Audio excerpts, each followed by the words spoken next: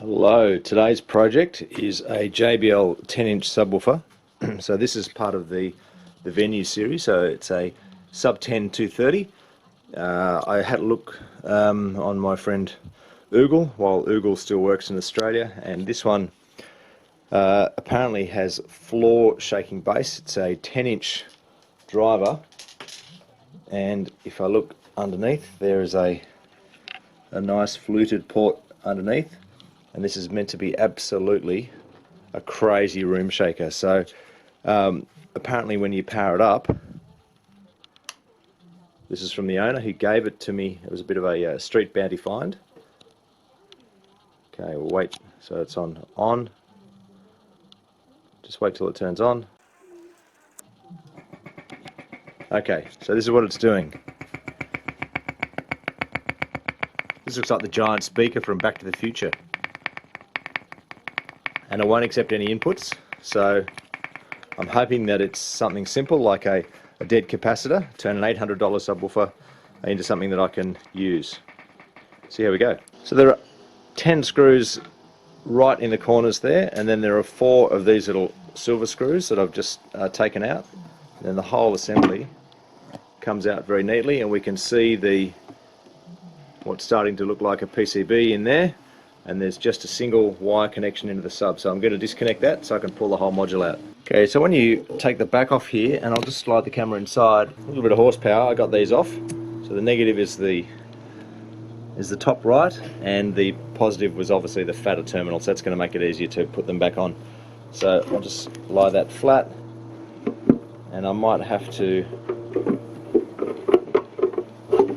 That is very, very well sealed. That's kind of, it's like it's been potted there. I'm going to have to work out a way of how I can get this case off. Ah, that's how you get it off. And it's got a little plug in there. There we go. So that plug goes onto there. Don't get that wrong. And a beautiful big toroid transformer, and that's what the bolt is on the back of the that's what this bolt is for. It's to hold the toroid in place. Now, first thing I'm looking for are signs of popped or bulged capacitors. So I have read that this fella here, 4,700 microfarads, that they can go. So I've got a capacitance tester on my multimeter, so I'm going to see if I can check the capacitance of the main caps, and the caps are always the thing that well, 90% of the time are the things that fail in things like this. Now, just a little hack, what I've done, because the threads of these are different, that's a coarse self-tapping thread, that is a tapped thread. I'm just using a tiny bit of masking tape just to mark where they go, because I've got to pull this back PCB off. I think I've spotted something that looks like it's not healthy. So I'm just pulling this off gently. You've got clips for the speakers and some sort of comms panel to the controller board here. So this is the main power supply, and first thing we notice is obviously some thermal paste. So this big heatsink also uses this aluminium backplate here to help dissipate heat, but as we come across here, look at this. It is all cooked and all black, so clearly something in here has absolutely let go, and it might mean replacing all of these components. But at first pass I can see all the values, and I can also refer to the manual which is online, the service manual, and get values for every resistor. So R504 for example, I can find out what that is, and all of the transistors. I also had a look at some of these, and if you turn it over, very hard to see on this, but there's a lot, apart from the heat marking, and also there's heat marking there, you can see some solder joints that are cracked. So not an easy fix, not one component, maybe a dozen, but I think for an $800 subwoofer, probably worthwhile. If we come over to this board,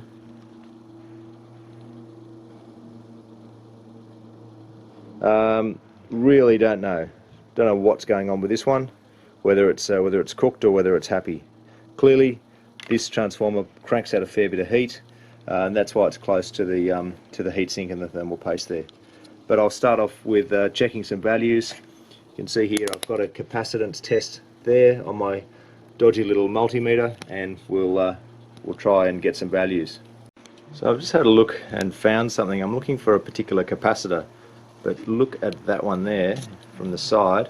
If you talk about bulging capacitors, this one is an absolute mess. So I'm going to find the value of that one and see if I've got a replacement.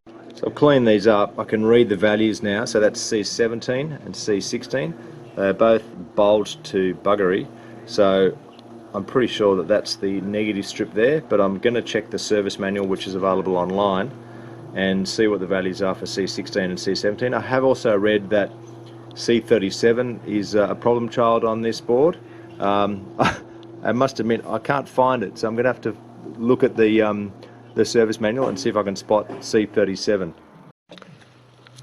So the next step, now that I've identified that these are stuffed, they're 10 microfarad 63 volts. I can't quite work out if they're polarized or not. They look like they should be. So that's if you crack the back open. Now this apparently, I've googled this is the same module that's in a Harman Kardon TSS10 amplifier module. So you can see all the bits down there. They're all SMD, surface mount device, which means it's way beyond my skill level to change those. But if nothing else, I can try and replace, at least they've got values against them, and I can unsolder these and see if I can work out from a circuit board, if I can find one online, if they are polarized and which way the polarization goes, and replace those caps with the C16, C17, other values. This is just a ferrite core choke. Got a little bit of a win here. What I found out is, because these caps were destroyed, and I mean utterly cooked and popped, what I had to do was to work out if they were where the negative was. So I've worked that out looking at the Class D power amp, the DA150 module. Got a negative rail there, got a negative rail there. So all I did was do continuity on this board, and worked out that that's negative there and that is negative there. So I've got, now these are meant to be, this is the other one that's absolutely hammered, and I worked out that that had to be positive because it had no trace on it, and that one had to be negative because it was opposite to positive. You know, go figure. So I've got, I don't have 100 volt caps, but I've got 63 volt 10 microfarad. You probably can't see that, but it does say 10 microfarad 63 volts. Got the capacitor testing module. There we go, it'll come up 9.11 microfarad. So that's pretty close. I'm going to use two 63 volt caps here. I don't know what the supply voltage to this module is, but I'm guessing that 63 volts and 100 volt hopefully is going to be close enough, because I can't see that this thing is handling more than 100 volts. So I've cut the legs off this cap. Obviously if I rotate that around, we see which is negative. So I'm going to line that up so that it's negative on the board here. A little bit fiddly. By the way, I'm not an electronics technician. I'm kind of self-taught. I've always tinkered with this sort of stuff as a kid. I guess now I've got a bit more time on my hands, I enjoy playing with it all years later and getting things working. Got to be super careful when you're soldering around SMDs, because they're all going to be super heat sensitive, and I don't think that I could trust myself to pull one off and resolder it. Alright, so I've just taken some of these leads off just to give myself a bit more room. I've temporarily connected the speakers up, sort of keeping them apart so that there's no way that they can short out. I don't know what that would do, but it's probably got polarity protection, or short circuit protection, but I don't know. So I've just hooked up my leads inside, and everything else is hooked up. That's the speaker connection there, and I'm going to power this thing on and give it a smoke test. Okay, so we've got power. I'm just going to leave that auto to on, and I'm just going to flick that. I've got glasses on in case something explodes. Oh my god, and it's just gone straight to green. So maybe that's fixed it. All I need to do is hook up a source now, and see if it works. Alright, I've got it powered up to the... Oh, yep. So it's working. So the LFE is a discrete low frequency pass in, so that's like a dedicated low frequency output on your amplifier. But long story short, the amp appears to work. I get some earth hum there when I touch the case, so it's a bit dodgy and it might need some other components replacing, but at this point in time it's working.